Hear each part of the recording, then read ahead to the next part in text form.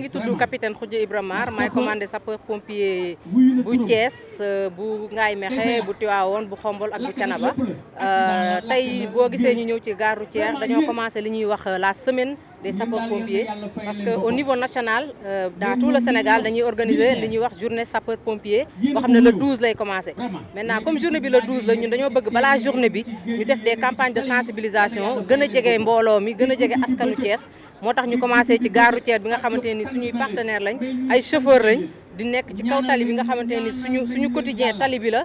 donc moo tax ñu ñëw def sensibilisation bi wax dëgg yàlla ñoom aussi ñu accueillir ñu déglu ñu def fi ay démonstration yu am importance buñ fi jógee dañuy dem ci lycée yi dinañ dem ci marché yi donc tey ba àllarba ci loolu mooy nekk suñuy activité alxames incha allah ñu ubbi suñuy porte wax sénégalaises yëpp mais particulièrement la population de Thiès ñu ñëw biir camp ba xool ni ñuy liggéeyee gis suñu matériel gis lan mooy suñu quotidien chaque jour li ñuy def aljuma ñu noppaliku ji dem julli ji juma samedi incha allah ñoom ñu ñëwaat ci biir camp ba ànd ak ñun ñu def ce qu'on appelle une randonnée pédestre de 5 kilomètres.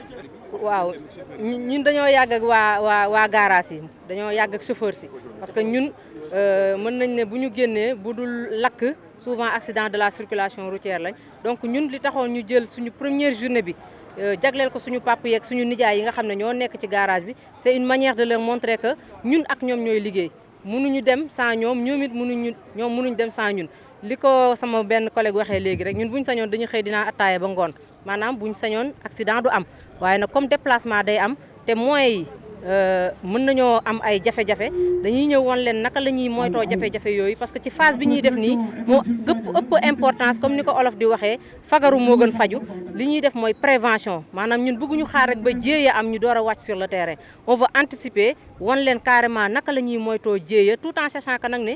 jéeya moom fi lañ ko fekk tant que dund mi ngi am oto mi ngi am déplacement dina am ay jafe-jafe dina am mais yàlla na tuuti te bu amee it yàlla na doon li nga xamante ne nii kenn ñëpp doon ci mucc daal nañ moytu daal li ma wax rek fagaru moo gën faju waaw tey nag damay tendance waa Thiès parce que waa Dakar dañ maa menacé na ma ñoom ñoo ñuy daaneel mais leen Thiès duñ ñu daaneel parce que Thiès xam nañ ne sapeur ñoom lañ fi nekkal donc comme ñoom ñoo ñu daan woo ñuy ñëw tey ñun ñoo woote ñun ñoo soxla waa Thiès ñu ñëw fa jeudi incha allah ñëw ci journée porte ouverte bi xool ni ñuy liggéeyee xam lan mooy suñuy moyen buñ bëggee sax xam lan mooy suñuy jafe-jafe maanaam porte bi daal dañ koy ubbi grandement incha allah la alxames dañuy defaale aussi don de sang parce que gis nañ ne banque de sang yi dafa am problème te comme ñun dañuy liggéey ci ak accident xam nañ ne boo yóbboo souvent nit mu soxla deret jafe-jafe yi mi ngi commencé am temps yi donc dañuy defaale don de sang ñu ngi ñaan ñëpp ñu ñëw assister journée boobu noonu bu alxamesee ñu ñëw joxe un tout petit peu de non sang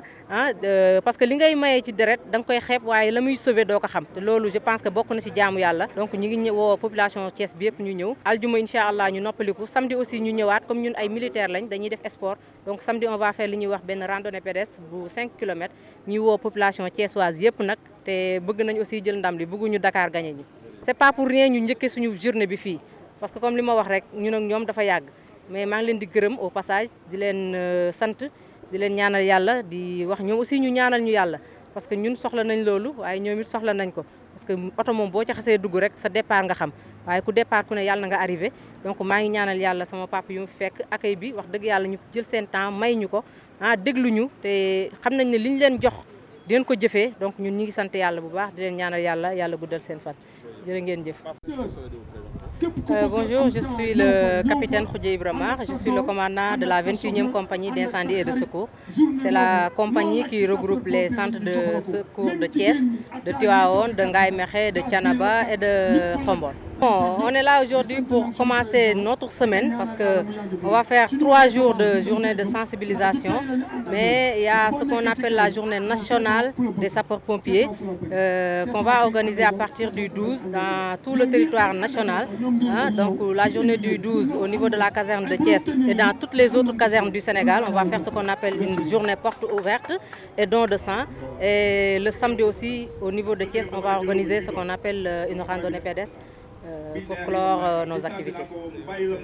Oui, c'est ça. Comme je disais, on va faire des campagnes de sensibilisation au niveau des marchés. Aujourd'hui, on est là au niveau de la gare routière. On va partir aussi dans les écoles comme dans les lycées. Et ça, c'est dans tout le territoire national. C'est-à-dire que ça soit à Thiès, à Kirikoro, à Ngoundiane, Partout où il y a une caserne de sapeurs-pompiers, les sapeurs vont descendre sur le terrain pour être plus proches de la population et en fonction des risques de chaque caserne, on va faire des campagnes de sensibilisation là-dessus. Oui, c'est une étape très importante dans la mesure où, comme on l'a dit ce matin, les transporteurs sont nos collègues, mais j'ai souvent l'habitude de dire que dès qu'on sort, nous, c'est parce qu'il y a accident de la circulation routière souvent. Et bien vrai qu'il y a d'autres risques, mais comme nous, on travaille tout le temps avec les chauffeurs, on a jugé nécessaire de commencer nos campagnes de sensibilisation ici au niveau de la gare routière de Thiès. Voilà, bon, je profite de cette occasion vraiment pour inviter toute la population thiessoise, pour dire aussi que c'est les sapeurs qui ont besoin de vous aujourd'hui. Hein. D'habitude, c'est les Thiessois qui demandaient à ce qu'on vienne vous assister. Mais maintenant, aujourd'hui, c'est la boule qui a tourné. C'est aux sapeurs de demander à la population thiessoise de les accompagner dans nos journées, surtout la journée du 12, où on va faire une journée porte ouverte pour la population de Thiès. On veut que toute la population de Thiès vienne en masse au niveau de la caserne des sapeurs-pompiers de Thiès pour savoir réellement quelles sont nos activités quotidiennes, mais surtout aussi faire ce qu'on appelle un don de sang. Parce qu'on a vu dans toute la planète ou bien dans tout le Sénégal que les banques de sang en ont vraiment besoin. Donc, il faut faire un geste social en donnant un tout petit peu de nos sangs. Oui, c'est ça. Donc, on a besoin de ça. Et comme je dis, le fait de donner un tout petit peu de notre sang, on ne le souhaite pas, mais ça peut être bénéfique pour toute la population sénégalaise. Sapeurs Thiès bii macha allah bu teewoon amaguñu benn problème boo xam ni wax nañ ko ak ñoom ci saafara ñu ko même dañ daa am problème fii pénible dañ daa am xale dafa saw dañ la woo ñu ko raxasal lépp moom lu ñu mës a woo vraiment ñu ngi ko defal ànd bi yàgg na comme ni mu waxee yàlla na gën a yàgg yàlla def ko jàmm. waaw moom incha allah li mu wax lépp incha allah ba dañ ñëw ba xam ne gis nañu dañ ñëw ba xam ni garage ñëw nañu incha allah ndax dañu bëgg mu jël numéro 1 ci kanam incha allah.